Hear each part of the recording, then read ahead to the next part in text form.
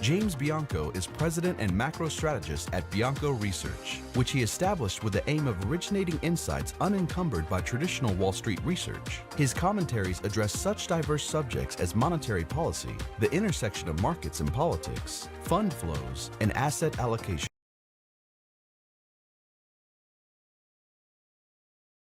And so maybe, Jim, maybe you could give your insight there. Why did Powell continue to press the rate hikes back in 2018 and continue the unwinding of the balance sheet at that point in time?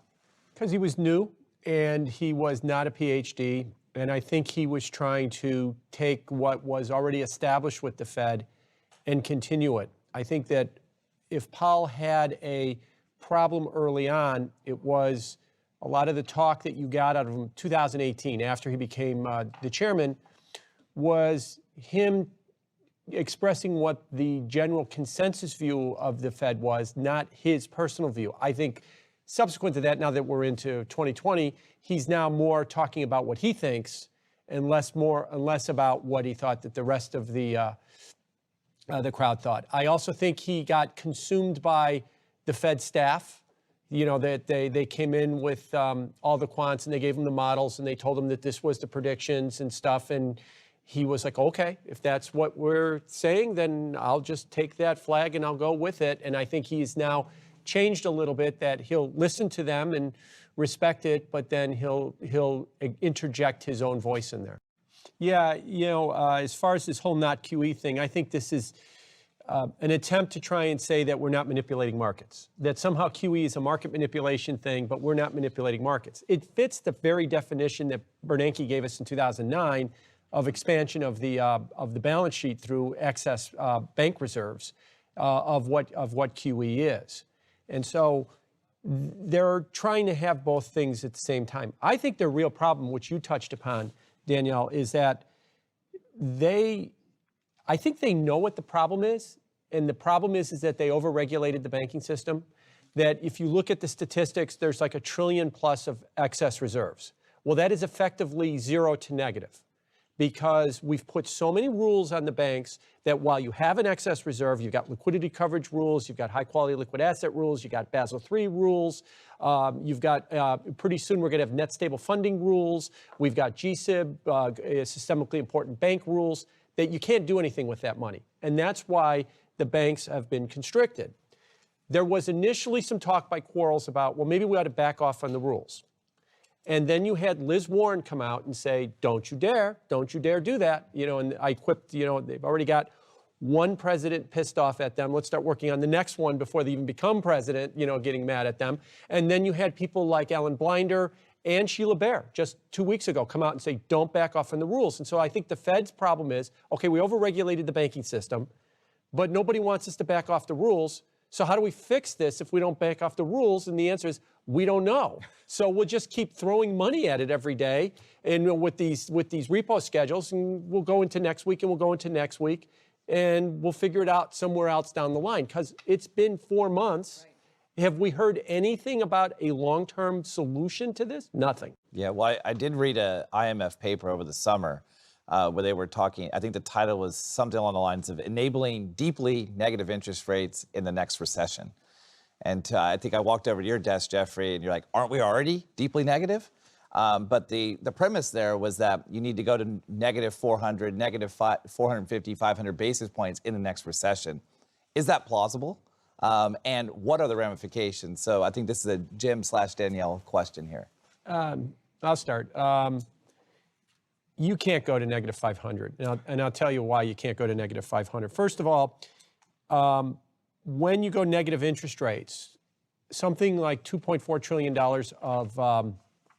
of deposits in Germany right now, only 25% of them are being assessed a negative interest rate, and those are usually deposits of over 300,000 euros. The reason that they go that way, the reason they've gone that route is if you have 300,000 euros in the bank, you're not going to take it out and put it under your mattress. Right. If you have 2,000 euros in the bank, you might. So you're putting the bank structurally at a loss position. They're going to have a negative funding cost that they cannot pass along, so they are guaranteed a loss. You go minus 500, you're going to basically drive them all out of business, is what you're going to want. Or if you unleash the caps and allow them to start assessing severe negative interest rates on their deposit bases, then you're going to have a revolution in the streets that the banks are taking my money. They're taking my money in a serious way. So I don't see how they can do that. Now, they could do a sleight of hand, which is sort of what Draghi proposed right at the end of September, where they went to tiering. And what tiering is that we're going to go minus 50, which is what they did, but then we're going to allow some banks to be exempted from the negative rate and be effectively allowed a zero rate. And so that's the sleight of hand they could do. The reason that it's going to be hard for them, though, in general, to get off of negative rates is, you used the Hippocratic Oath a minute ago. They are like a doctor that they can never give up on the patient. You never want a doctor who's going to say, I've done all I can, just go over in the corner and die. I'm sorry, I can't do anything more for you. They will keep trying and keep trying and keep trying. So they can never say, well, the European economy is poor and we've tried negative rates and that's it, good luck, and see how it goes. So they'll keep trying and they'll keep trying and they'll keep trying. And that's where that sleight of hand with depository could possibly come in. But that's not really helping the problem right now. So I just can't see how they can go to that degree of negative, especially with the dislocations that they would create in the banking system. It would be too much. Okay, and an addendum to what Jeff was talking about, you're right. If you look at Japan, who's done the most QE the longest, their banks have done the worst. Then after the financial crisis, Europe went heavily into QE and negative rates, and they've struggled. The US only did QE and then stopped, and we went back to our highs. My addendum is, if you look at Australia and Canada, which have never done QE, have never engaged in negative rates, their bank stock indexes are way through their old highs from 2007. And they've been performing in line with what you would expect stock markets to perform. So the further you get away from QE, the better the banking system seems to be. And at the top would probably be the Australian banking system right now. They've got nowhere near what we're talking about, and their banks are doing much, much better, orders of magnitude better than everybody else.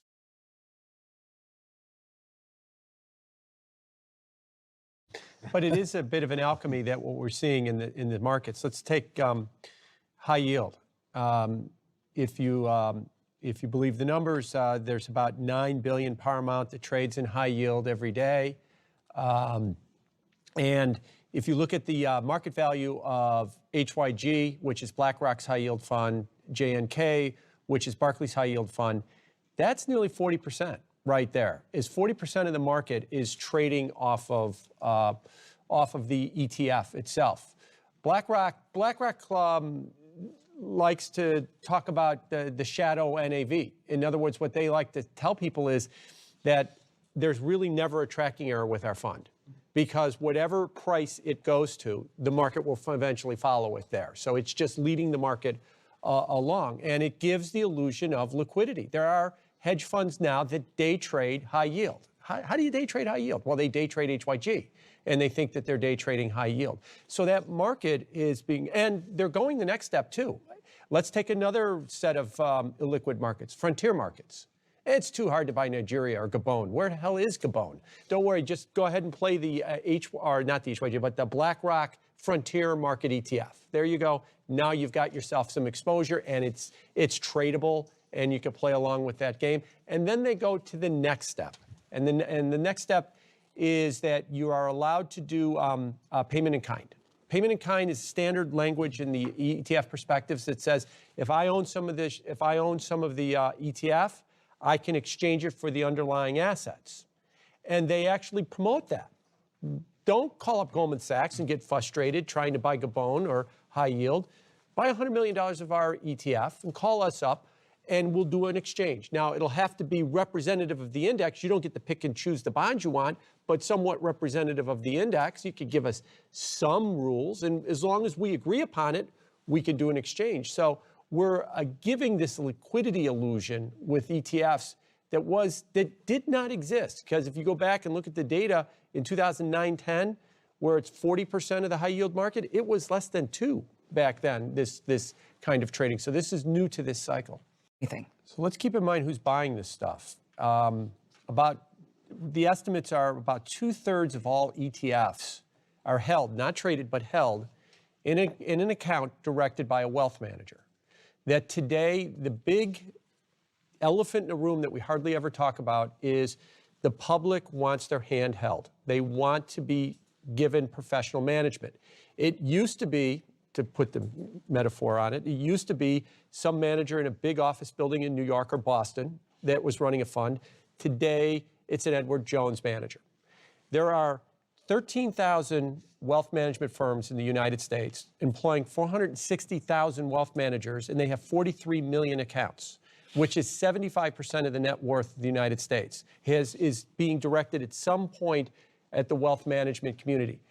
The reason that that has gotten so big is we've created a very efficient tool for them, the ETF. Half those 13,000 firms are 2 people or less. How do I manage a fund? How do I manage an allocation without having some big bank? Well, I could do it with ETFs. I can buy you some stock ETFs, some bond ETFs, some international ETFs, some alternative ETFs, and I could move you around a lot. Why do we have this insane fee war in ETFs? You've seen the numbers that Vanguard cuts their corporate bond ETF fee 1 basis point below the BlackRock, and $6 billion flows into it, and $6 billion out of the other one. How does that happen? Because the robo-advisors and all of the other advisors, their model portfolios, they instantly change. It's not that the dentists or the doctors are saying, oh, wow, I could trade out of this into a lower fee. It's the wealth manager, because if he can compress down the fees of the ETFs, that's more vig for him. So that's been pushing us all the way to negative. So the wealth manager's been driving all of this. And behind all of that, why does a person go to a wealth manager? Because if you have some wealth, let's put some demographics on somebody who's got some wealth. You're 50 plus. You've seen 2000, you've seen 2008. And your biggest concern is not appreciation of money, it's I don't want to have another 50% haircut. If you were really concerned, if you really thought about risk, I don't need a wealth manager. I can buy SPY or some version of that. I don't need to go, but you go to a wealth manager, and what do? They put you in some version of the 60-40 portfolio. And that seems to have worked tremendously, and it has worked tremendously over the last couple of years, including 2019, had its best year in 22 years. And if you look at the flows, it's not surprising that over the last 5 years, 60% of the money that's gone into ETFs has gone into equities, and 40% has gone into fixed income. So all of this money is being driven by the wealth manager. I think that a lot of people underappreciate the role that the wealth manager has in the flows and the asset allocation decisions in the United States right now. And as we talk today, it's worked tremendously for them. Now, if we get inflation and you get that falling of stock and bond prices together, that could be a real game changer for a lot of those 13,000 managers explaining to those $43 million accounts, or 43 million accounts, why you're losing money. But that's really what's driving this right now. It is the wealth manager. There's also a lot of herding mentality that's camouflaged as being customization with like robo-advisors. You fill out a spreadsheet and you get a solution, as they call them these days, for your needs. Unfortunately, everybody's spreadsheet's identical. Every single person says, my personality of investing is growth with safety. Every single person says that, growth with safety. And everyone says, well, when do we want to retire? And they put in the same number and how much money, and they all get exactly the same solution. So once you get to an unwinding of the herding mentality, you exacerbate the magnitude of the movement. Right. I mean, otherwise, you're right. You get that herding mentality because if my answer was different, I want risk. I want to make a lot of money. I don't need the Schwab robo-advisor. I can just go out and buy some double-levered ETFs on my own in 5 seconds and I'm done. But there's not a lot of people that do that. They want their hand held. And that's what I think has been lost in this passive-active debate. It's not that the public says, oh, I can do it on my own. It's that they've shifted to the wealth manager, and the wealth manager's pushing them into these holistic 60-40s that seem to be working. Absolutely. You had that in late 2018. I was terming it the primal scream, but it ended real fast. If you go back November, December 2018, stocks fell a lot. Bonds didn't do a whole lot. Interest rates were kind of stable to slightly higher. And that wealth management community was, what's going on here? Because if stocks are going to go down 15%, shouldn't my bond 40 leg be going straight up to offset it? And it wasn't happening. And they were getting very concerned. And then Powell pivoted on January 4th so that concern went away real fast. So you've seen that is what I think would really cause is if you got to an environment where stocks and bonds both went down together. Which would really be just yields rising, would almost guarantee a big drop in the stock market. It would completely end buybacks. You would have all kinds of liquidity problems in the lower tier credit market. And speaking of, you're right. We went to 3.25 in September of 18, and the stock market crumbled. You know what happened the first 2 weeks of January? We bottomed at 144 on the 10-year note. 10 days later, we were trading 185. It was 40 basis point rise in 10 days. I remember we were tracking, it was like the biggest 10-day rise in yields since 2011. And then the next day was the repo crisis. It's like every time rates go up meaningfully, something breaks. And 40 is now meaningfully. Yeah. Now 40 basis points to 185 is all you need to start breaking things, because that's really what I'm not saying that that's what caused the repo crisis. I'm saying that that's what immediately preceded it was a big rise in rates, and then it snapped, and it's been snapped ever since. So the market can't handle any kind of real rise in rates. So if you got that, and it also broke stocks, that those 43 million accounts with those 13,000 wealth managers are going to have that primal scream I saw beginning in the fourth quarter will be much, much lower. Yeah, or you're just going to get an economic rebound. That's kind of what everybody's betting on, is an economic rebound. One of the things that's interesting about the stock market, Ned Davis has done a lot of work on this, is in so-so earnings years, 2019, zero earnings growth, you get great returns because the stock market's doing what it's supposed to do, anticipating what's coming next. Just like if you backed up, 2017 was a great big up year in the stock market. And then 2018 and there was tax inspired in there, but over 25% year over year earnings growth. 2018, the market went sideways. 2019, we had no earnings. So their bet is that by mid-year, you're going to see much stronger growth, both domestically and internationally, that's going to produce those earnings. I like to say, use a football metaphor, it's the 50-yard pass, right? If you've ever watched a quarterback throw a 50-yard pass and you're not watching closely, you go, he just threw it in the middle of the field down there where nobody is, and you're hoping the speedy receiver runs under it and catches it. Well, that speedy receiver's fundamentals. The market has just thrown a 50-yard pass, and it's now hoping that the fundamentals will catch up to it by the middle of the year. If they do, it's fine. If they don't, then it's going to be an incomplete pass, and then it'll have to correct. And most 50-yard passes tend to be incomplete. So we'll see where it goes.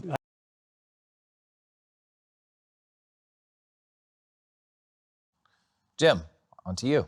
As far as my risk, I agree with some of the risks that I've heard before, so I'll bring up a different risk, and that is the 2020 election. If you were to look at standard modeling of the election and just say, here's an incumbent, here's what we've done with the economy, here's what we've done with unemployment, here's what the equity market has done, it's a 48-state landslide victory, is what it should be. Then you put the name Donald Trump in there, and all of a sudden it becomes a 50-50 race. On the Democrat side, the conventional wisdom is, oh, good old Joe, kind of the well-worn, comfortable sweater is going to become the Democrat nominee. So if he becomes the president, we're all going to be okay with Joe. And if he is, that is an argument. But don't count out Bernie as we talk in January of 2020. He's leading in the polling in Iowa. He's leading in the polling in New Hampshire. As I like to say, yeah, Biden might be leading, but if Bernie gets the balloons dropping and the confetti and he says thank you for 2 victories in 2 consecutive weeks, that dynamic can change by the end of February. There is a lot of political risk, I think, in this market, more than people are willing to acknowledge. Another minor risk I would give you is something we've talked about earlier, was the funding markets. I'll just say the repo market, there's no one at the Fed or any regulatory agency is articulating a fix. All they are articulating is give the junkie another dime bag to get him through next week. Here's some more money, throw some more money at it. We made it to next week, we made it to next week, we made it to next week. Eventually, that's going to be a problem unless you start articulating some kind of a fix to get the Fed out. Today, as we speak, The take of Fed supplied repo overnight was $80 billion. It's going back up post January 1st. So that's another worry. As far as my best idea, I'm a bond bull. I've been a bond bull for many years. I'm going to stay a bond bull. I always like to say that my reflex is whatever I think about the bond market, take 25 to 50 basis points off of that and bet for the rates to continue to go lower. So I think that the 10-year yield could possibly go to 150. It was 144 was its low of the year, if not make a new low. The 30-year did last year. I do think that there's a possibility that the 10-year could. I don't need a recession for it. I've got no inflation. I believe in the Amazon effect. I've got other issues that I'm going to have to deal with, especially when it comes to slow growth out of the rest of the world and a weakening financial system around the world thanks to negative interest rates. So I still would bias myself towards lower interest.